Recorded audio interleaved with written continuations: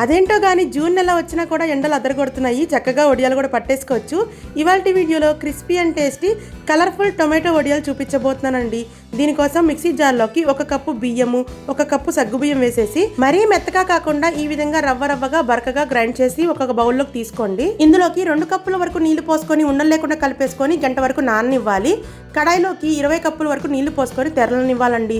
నీళ్లు తెల్లే లోపల మనం మిక్సీ జార్లోకి ఒక 5 టొమాటోలు తీసుకొని ఈ విధంగా ముక్కలు కట్ చేసి ప్యూరీ రెడీ చేసి ఉంచుకోవాలి. ఈ టొమాటో ప్యూరీని తెరులుతున్న నీళ్ళలోకి వేసేసి ఒక 1/2 టీ స్పూన్ ఉప్పు, 1/2 టీ స్పూన్ కారం, 1 టీ స్పూన్ జీలకర్ర వేసేసి బాగా తెరలనివ్వాలండి. నీళ్లు బాగా తెరులుతున్నాక బియ్యం సగ్గుబియ్యం మిశ్రమాన్ని ఒకసారి కలిపేసుకొని ఇందులోకి వేసేసి ఉండలు కట్టకుండా బాగా కలిపేసుకోవాలి.